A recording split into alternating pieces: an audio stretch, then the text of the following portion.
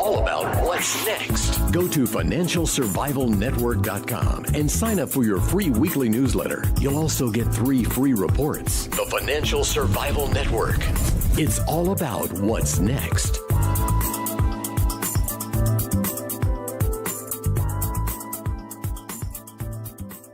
Welcome. You are listening to the Financial Survival Network. It's 12/12/17. Well, everything is coming up Bitcoin. Everyone's forgotten about precious metals. Well, they're still involved in the stock market, but the stock market is a very minor bubble compared to the cryptocurrency space. It's even attracted the attention of Danielle Park. Is this just a bubble, Danielle? Well, hey, before we start, housekeeping. Join the show. Email is kl@kerrylutz.com and the Twitter feed's @KerryLutz. And without further ado, Danielle, so what of it?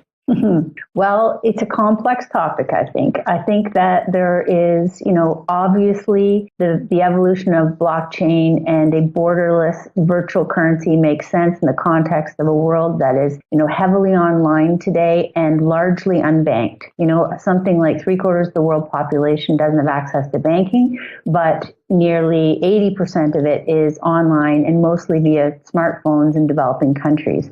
So obviously in many of those places, they also have unstable currencies, think Zimbabwe, even in Greece where they've had runs on banks, bank closures. There's widespread distrust in governments and central banks and banks in general.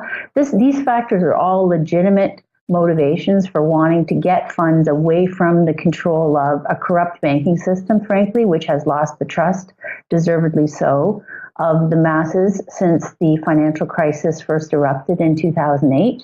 I think it's incredibly ironic that you have many of these figureheads like the head of JP Morgan, denouncing cryptocurrency and Bitcoin as a fraud and a money laundering tool, when in fact every major bank, of course, has been multiple convictions for money laundering and fraud of every kind. So, this is all part and parcel of the world that we live in, the frenzied mania we have been in for the last decade.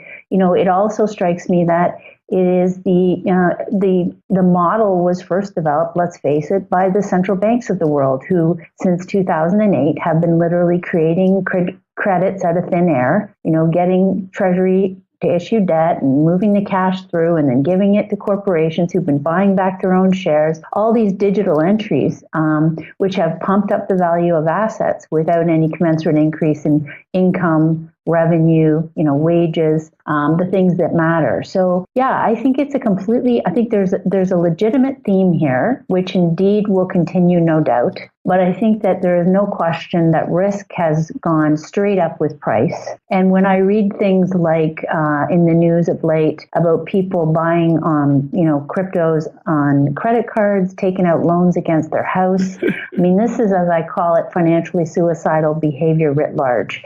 It's typical of manias, and I think that it's likely to end very badly for many people. Hey, so you think this is a bubble. And the problem with bubbles, as we know, Danielle, is most people don't know they're in a bubble. When it's happening, you only realize it after the bubble's popped. And you try and justify it. So I think that, the people that are in it, obviously, some of them have become literally gazillionaires in a matter of, a year or two. The straight up movement in price has been nothing short of breathtaking. So I think that it's obvious that many people, especially since we have a lot of broke people in the world, would look at that and think, oh, if only I'd have got in, or, maybe it's not too late. Maybe I can still get in. And people that have been in have got that reinforcement of, gee, I'm smart. I was right. It's going straight up. I think the much more difficult thing, it's a slippery slope that the human psyche is not ideally suited for, which is how to keep discipline and rules around the lure of easy money. So what happens is, I go back to basics here. I say, first of all, I was writing about that on the blog. The currency of our debt and expenses is actually the currency we need the bulk of our money in. So the income we receive. So, I know that a couple of the main proponents of Bitcoin and cryptocurrencies or other altcoins, whatever, are asking to be paid in that. Okay. And in many cases, they're also figuring out ways to pay for their life expenses in the same currency. Okay. So that's one thing, right? Now, not everything can be paid for with altcoins, obviously, and not everyone can be paid in them either. Sure. So the majority of the population is paying their expenses in things like dollars and euros and yen. Wherever they live, they get their income and they pay their expenses. And I say that you need to have the bulk of your net worth in that currency, whatever it is, and particularly if you owe money. So, the proponents of cryptos are saying they believe that we're going to have another financial crisis, and that when we do, the value of the altcoins are going to go up as everything else crashes. And I say I doubt it. And the reason I say that is the same reason I said that to the gold and silver bugs in 2006-7 when they were, and 11 when they were madly in love with their particular store of value that they championed. And the problem is liquidity. The problem is that the world owes a ton of money today, trillions and trillions and trillions of dollars, as you well know, Carrie. And that money is not owed in things like precious metals. It is not owed in things like cryptos. It is owed in mostly dollars and yen and euros, So what happens is you get into a liquidity crisis in the world and everybody gets desperate for cash. And especially when you look at that chart of margin, that's just the NYSE margin investor credit that I put on the blog this week. But it shows how incredibly over indebted even the participants in the stock market are today, right? So they've borrowed so much against this ever escalating stock market that you've had in the S&P in the US in the last couple of years. And they're now, look at that. The relative mountain of debt that's been borrowed against security portfolios today makes 2007 look like, just this, bland, tiny little episode. And that was the financial crisis back there in 2008 when people had heavily borrowed. So we're in this whole other planet right now of debt and risk and leverage exposure. And that will have to be paid back. As you saw in the last downturns, whenever the price of the assets start to fall, the debt does not. And the margin calls start coming and people have to sell everything, starting with the most liquid first. And so I am quite confident that we're going to see a sell-off in all the assets across the board. And I think cryptocurrencies are going to be hit as well. Now, the difficulty, as you and I were discussing before the call, is they are not the most liquid things, right? You've got 1,000 people owning 40% of, for example, Bitcoin in the world. You have these exchanges that take big chunks to do transactions. If you want to flip that money back to the currency of your expenses or debt, they take a big chunk, anywhere from 4, 5, 10%, depending on how you're doing that. And it's not necessarily instantaneous, right? And furthermore, you've got governments in some places shutting things down. You've got other hackers stealing currency out of wallets. You've got, even if you've got physical wallets, you've got all sorts of danger around how to keep it intact and safe and stored. So I don't think it's a panacea by any stretch. I don't think that they've solved the problem of how to protect our wealth in these instruments or these credits. Hey, well, it's interesting that you say that, Danielle, because it's very difficult to look. I know of people, and it's not just a friend of a friend of a friend. One guy is worth a couple $100 million in Bitcoin. I think before the latest run up, he was worth $230 million. So now that's probably doubled or tripled. And another guy that my friend met at a kind of a Bitcoin libertarian meetup in New Hampshire. This guy doesn't touch his Bitcoin unless he wants to buy a yacht or, I guess, a Gulfstream 550 plus or 650, whatever they're up to now. Their stories are out there, and that's what's really turning people on. Fear of missing out, FOMO, right? So, absolutely. You know what I love about FOMO, Danielle? Because they always say that markets are governed by fear and greed. It's really FOMO, because FOMO is a combination of fear and greed, right? The greed to get that huge killing and the fear that you're not going to get it. And that's what I love about it. And also, it's great to make the gains on paper. It's another thing to pocket them and keep them from, to redistribute your risk. And what happens is people become passionately committed to an idea, whether it be stocks, whether it be, metals, whether it be cryptocurrency, whatever it is, they become madly in love with it, whether it be real estate, and they become heavily involved and concentrated. And they forget basic rules like what do you need, in terms of liquidity, to pay off debt, to pay for things you need in your actual life. And, we've seen that in the surveys. Oh, yeah. As I was saying, just last month, there was a survey that said just 8% of Bitcoin holders thought they would use Bitcoin to buy goods and services. They're not looking at it as a currency. They're looking at it as a speculation that's gone straight up, and that's great. But you still have to have discipline around how do you get that money into other mediums to diversify your risk. And let's not forget, so through the years, so many famous people, Jesse Livermore is one that people love to quote as the guy who shorted in 29 and was up $100 million.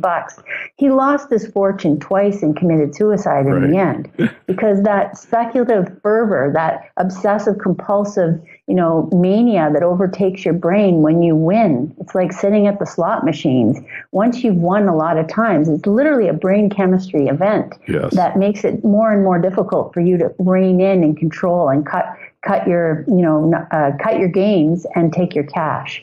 And until you do that in any business transaction or any speculation, you're certainly at risk of not getting out intact. And the other thing is that a lot of people forget that you never borrow to speculate. So you see people borrowing right now. Borrowing to speculate is the most risky proposition, right? Oh, yeah. And also, as I say, you have to limit your wager. If you're deciding that you're going to try and use this, or you want to take a run at it, you must select an amount of money that won't devastate you if it's lost, or if it's captured, if it's shut down, if it's stolen. Yeah. So again, those are the basic things that keep your sanity about you.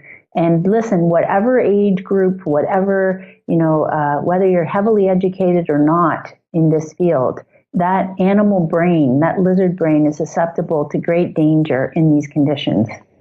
Hey, and such a great point that, the Livermore point, all that he died broke, left a trust fund for his wife and basically killed himself. I had an analyst, I was doing a webinar recently, and he said, I advise people to put between 1% and 10% of their investable funds in cryptos, no more than that. And he says it's like the ultimate speculation. You can't emphasize too much. And I want to go back to something else you said, Danielle. Every bubble, when it gets into its later stages, is always dependent upon a rationalization of why this time is different than all the dozens of bubbles that came before it. You know what the rationalization is now, Danielle, for cryptocurrencies? What? Basically that, trying to recall it, I would say that this time it's different because people will pretty much give up fiat currencies because they're rebelling against governments. And the ultimate rationalization is there's billions of people in the world. If 100 million of them just try to buy $100 worth of Bitcoin or a couple $100, it's going to cause the price to go even higher than it is now. So the rationalization, if I go back, I know I meandered, was that effectively the reason is that because there's such low awareness and such a low level of participation that once people really start participating, it can only go up, right? Sure. That's really it. One argument for sure. But as I say, it goes back to who owes what, where, and what currency. And if you pay attention to that, you realize that the world has never been more levered. Not just households, not just corporations, not just governments. We're talking every single layer of humanity has record levels of debt. And those debts either have to be written off or paid back. They have to be reported in accordance with financial statements that are typically required to be done in, again, fiat currencies issued by governments. So I just don't see, and it may be that, several years from now, we have other alternative currencies that exist on the internet. But right now, what I see is a feeding frenzy around services, just like you get around any investment theme. You have a whole bunch of people rolling out ETFs and funds and futures, everyone in a panic to cash in on this, big boom in activity. And that's all transactional. Like those people are all going to make a killing so long as people are trying to get in and out of this particular idea. And the people that are at risk are the ones that are parting with savings. And I go back to make sure you're defining your bet based on, I could lose this and it's okay. Or if you've won big, if you've been sitting at the table and you've won big here and you've got lots of net worth notionally in this stuff, you had better design yourself a diversification plan, because otherwise, you're going to be left. And I've met so many of these people over the years, Carrie. They are fully loaded on one particular thing because it's been winning, and they lose all context or sense of how to preserve those winnings. And ultimately, that's taken care of because it's taken back in some way. So what I always tell people is you could never lose money taking a profit, right? If you've had a huge run up, how much should you put into? How much should you keep? If you've had a huge run up, like 100-fold, what do you keep in there? Is it okay to everyone's rule set's going to be a bit different. But if you're not sitting down, I've met people over the years that just take your breath away in their plan.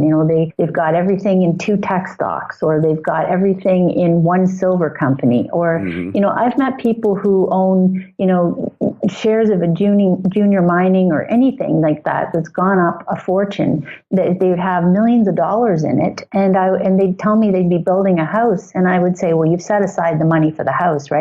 Oh, no, I don't want to take it out of the market. I'll just take it out as I go, or I'll get a mortgage and then I'll be able to pay it off later from the speculation that I'm doing in these 2 companies. Right. And I'm it mind boggles. And ultimately, it usually ends up the same, where they end up, the asset price crashes, the debt doesn't. They're left having to raise cash, trying to sell things, usually at a discount, to pay back the debt they've borrowed. And all that, period of winnings, so to speak, has vanished. And it can be devastating. Like it can be absolutely, life altering in a very bad way. So it's important that people not forget that. Hey, and when it does happen, Danielle, let's not forget it happens extremely quickly. You think, oh, there'll be a sign, like a flash in the sky or whatever, and it never works out that way, right? It's always. The other thing that people do routinely is they fall in love with the idea and they forget that the idea is completely different than the actual financial medium or security that they may be participating in. So, for example, they may fully believe in the movement to a borderless currency on the internet, to a movement away from centralized banking, all that. They may entirely buy that, just as they, may have entirely bought the idea of the internet in the late 1990s being revolutionary, changing the world. Absolutely. But that does not mean that the securities or the instruments that people are trading are worth the valuations or the price point at which they are. A case in point, you can pick any one, but Apple shares, just an incredible company that dominated the past decade. Everybody had an iPhone and an iPad, and we were just taken over by Apple. But that did not mean that the price of the share did not crash more than 80% in 2000 at the start of its big business boom, and 60% in the last downturn. So never confuse the instrument that people are trading with the longevity of the idea or theme or product itself. And I think that's something that people forget routinely as well. I think it's really important what you're saying there, and really great point. And I guess that's it for now. So we'll talk to you in a couple of weeks. Have a Merry Christmas. Happy New Year. Well, we'll talk to you before the New Year's. Anyway, find Danielle's work over at jugglingdynamite.com. Sign up for her newsletter. Hey, sign up for ours at financialsurvivalnetwork.com. Questions, comments, be a part of the show. Email us, kl@kerrylutz.com. I was only 15 emails behind. Now I'm about 50, but I'll get to work on them. Hey, don't forget the Twitter feed at Kerry Lutz, Facebook page page, Financial Survival Network. Danielle, enjoy the warm weather where you're going, and we'll talk to you soon. Thanks, Gary. FSN Radio. It's all about what's next. Go to financialsurvivalnetwork.com and sign up for your free weekly newsletter. You'll also get 3 free reports. The Financial Survival Network. It's all about what's next.